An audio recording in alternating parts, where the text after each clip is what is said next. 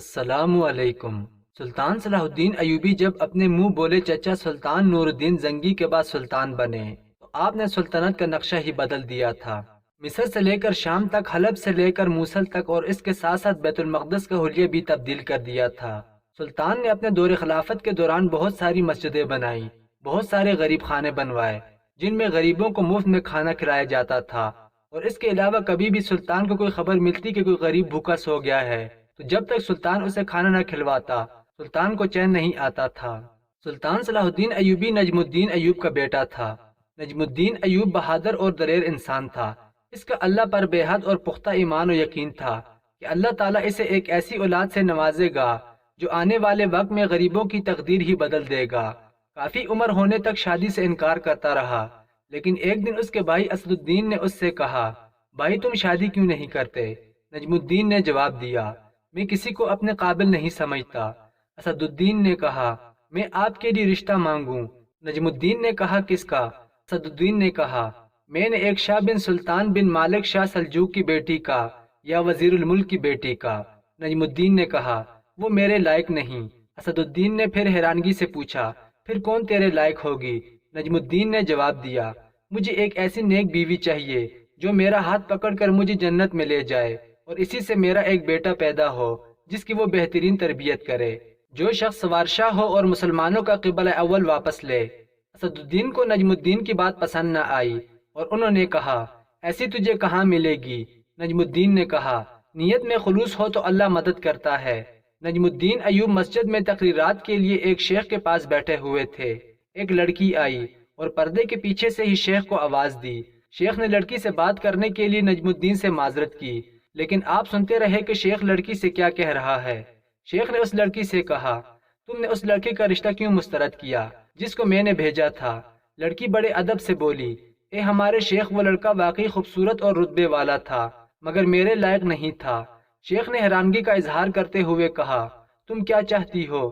لڑکی بولی، شیخ مجھے ایک ایسا لڑکا چاہیے کہ جو میرا ہاتھ پکڑ کر مجھے جنت میں لے جائے، اور اس سے مجھے اللہ کا ایک ایسا بیٹا دے جو شاہ سوار ہو اور مسلمانوں کی قبلہ اول واپس لے۔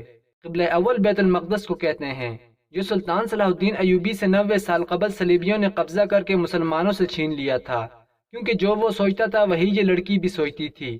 نجم الدین، جس نے حکمرانوں اور وزیروں کی بیٹیوں کے رشتے ٹھکرائے تھے، شیخ سے کہا کہ اس لڑکی سے میری شادی کروا دیں۔ شیخ، یہ محلے کی سب سے فقیر گھرانے کی لڑکی ہے۔ نجم الدین نے کہا، میں یہی چاہتا ہوں۔ پھر نجم الدین نے اس فقیر اور متقی لڑکی سے شادی کر لی، اور ان سے وہ شاہ سوار پیدا ہوا جسے دنیا صلاح الدین ایوبی کے نام سے جانتی ہے، جس نے مسلمانوں کے قبلہ اول بیت المقدس کو آزاد کروایا۔ ایک دفعہ سلطان صلاح الدین ایوبی کو ایک جاسوس نے آ کر خبر دی کہ سلطان معظم میں فلسطین سے واپس آ رہا تھا کہ میرا گزر ایک جنگل کے پاس سے ہوا، تو میں بڑا حیران ہوا کہ اس جنگل کے پاس ایک چھوٹا سا قبیلہ آباد ہے۔ سفر کی وجہ سے میں تھک چکا تھا اور مجھے پیاس لگی ہوئی تھی۔ میرے پاس پانی ختم ہو گیا تھا، تو میں نے سوچا کیوں نہ اس قبیلے میں جا کر پانی پیا جائے۔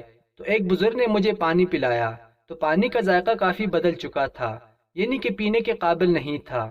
میں نے بزرگ سے پوچھا، بابا جی کیا بات ہے، اس پانی کا ذائقہ اتنا کیوں خراب ہے؟ تو اس نے کہا، بیٹا ہمارے قبیلے کا سردار جتنا بھی پیسہ تھا ہمارے قبیلے کو آباد کرنے کے لیے خرچ کر چکا ہے۔ اب اس کے پاس اتنے پیسے نہیں کہ ہمارے لیے پانی کا بندوبست کر سکے، اس لیے جب بارش آتی ہے تو ہم اس پانی کو جمع کر لیتے ہیں اور اس کو گرمی کے مہینوں اور ہفتوں تک پیتے رہتے ہیں۔ میں نے ان سے سوال کیا کہ آپ کا سردار سلطان سے مدد کیوں نہیں مانگتا؟ تو اس بزرگ نے کہا، بیٹا ہمارا سلطان پہلے ہی بہت سے دشمنوں کے ساتھ لڑ رہا ہے اور ہم اس کو ایک چھوٹے سے کام کے لیے اپنے سلطان کو پریشان نہیں کرنا چاہتے۔ یہ سن کر میں نے خاموشی سے پانی کا برتن رکھ دیا اور بزرگ کو خدا حافظ کہتے ہوئے گھوڑے پر چل پڑا۔ سلطان معظم، میری آپ سے درخواست ہے کہ آپ ان قبیلے والوں کے لیے ایک بڑا سا کنواں کھدوا دیں تاکہ یہ ہمارے مسلمان بھائی صاف پانی پی سکیں۔ سلطان صلاح الدین ایوبی نے علی بن سفیان کو بلایا اور حکم دیا کہ جاؤ ان فلاں قبیلے والوں کو کنواں کھدوا کر دو۔ علی بن سفیان سپاہیوں کے ساتھ اس قبیلے میں پہنچ گیا اور مزدوروں کو کنواں کھدوانے میں لگا دیا۔ وقت گزرتا رہا اور ایک ہفتے کے اندر اندر کنواں مکمل طور پر تیار ہو چکا تھا، لیکن حیرت کی بات یہ تھی کہ جب صبح قبیلے والے اس کنویں سے پانی بھرنے کے لیے گئے تو وہ کنواں بالکل خشک ہو چکا تھا۔ قبیلے والے بڑے حیران ہوئے کہ یہ کیا ماجرا ہے۔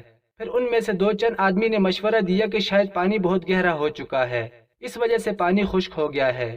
اب جب اس بات کی خبر علی بن سفیان کو ہوئی تو علی بن سفیان دوبارہ اپنے سپاہیوں کے ساتھ وہاں پہنچا اور مزید اس کنویں کی کھدائی کرائی تاکہ کنواں مزید گہرا ہو جائے اور پانی اوپر آ جائے۔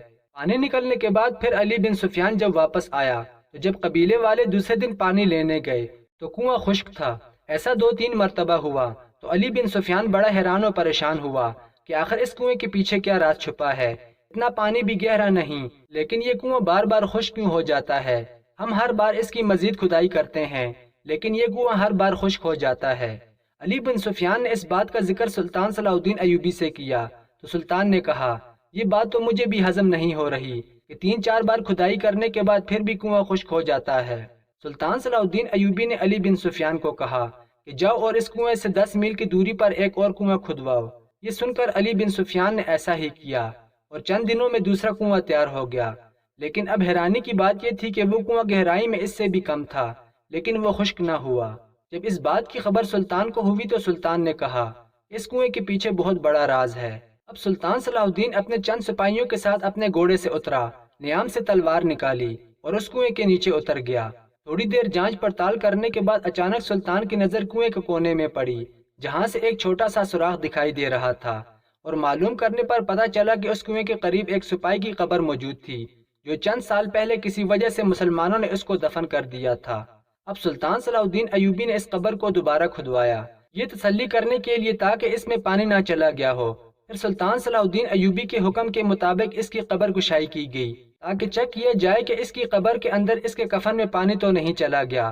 لیکن پھر اس کی قبر کھودی گئی اور اس کے بعد اس شہید کو نکالا گیا، لیکن اس کی قبر بھی بالکل محفوظ تھی اور شہید کے کفن میں پانی تک نہیں گیا تھا۔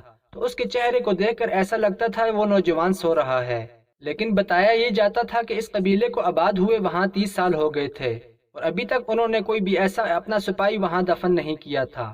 اس کا مطلب یہ تھا کہ وہ شہید سپاہی 30 سال پہلے وہاں دفن تھا، لیکن اس کے چہرے سے نور اتنا ٹپک رہا تھا، ایسا لگ رہا تھا کہ یہ کوئی اللہ کا خاص بندہ ہے جو راہ جہاد میں اللہ کی خاطر اللہ کے راستے میں قربان ہوا اور آج تک اس کی قبر محفوظ ہے۔ پھر سلطان صلاح الدین ایوبی نے اپنے شاہی قبرستان میں اس کی قبر کھدوائی اور اس کو بڑے اعزاز سے دوبارہ دفن کر دیا اور اس کنویں کو بھی بند کر دیا گیا اور اس قبر کو بھی بند کر دیا گیا۔ اور سلطان نے اس وقت آ کر اللہ کے سامنے سجدے میں گر پڑا اور سلطان کافی دیر تک سجدے کی حالت میں پڑا گڑ گڑاتا رہا، روتا رہا، حتیٰ کہ آپ کے سپاہی بڑے پریشان ہوئے کہ اتنی دیر ہو گئی ہے سلطان کے رونے کی آواز آ رہی ہے اور سلطان باہر نہیں آئے۔ تو پھر علی بن سفیان اندر گیا تو انہوں نے دیکھا کہ آپ سجدے کی حالت میں اللہ سے معافی مانگ رہے ہیں، استغفار کر رہے ہیں۔ آپ نے حضرت سلطان صلاح الدین ایوبی کو حوصلہ دیا اور انہیں کہا کہ اللہ تعالیٰ آپ کی دعا ضرور قبول کرے گا اور ہمارا ایسا ارادہ نہ تھا کہ اس کی قبر کو کھولیں، لیکن یہ قدرت کا ایک نظام ہے۔ اللہ تعالیٰ ہمیں دکھانا چاہتا تھا کہ آج سے 30 سال پہلے میرے راستے میں شہید ہونے والے ایک انسان کو کس طرح میں نے آج تک محفوظ رکھا ہوا ہے۔ علی بن سفیان نے سلطان صلاح الدین ایوبی سے کہا کہ جی اللہ کے رنگ ہیں جو وہ اپنے بندوں کو دکھاتا ہے۔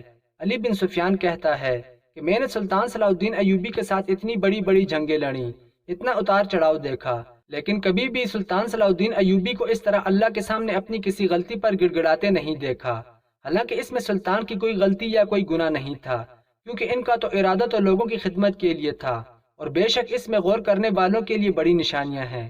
پھر سلطان صلاح الدین ایوبی سجدے سے اٹھے اور کہا اے میرے مالک، تو بڑا غفور رحیم ہے، تو اپنے شہیدوں کا ایک ایک قطرہ بھی رائیگاں نہیں ہونے دیتا، بے شک تیری ذات بہت بڑی ہے، بے شک تو بہت بڑا ہے، ہماری غلطیوں کوتاہیوں کو معاف فرما اور ہمیں سیدھے راستے پر چلا۔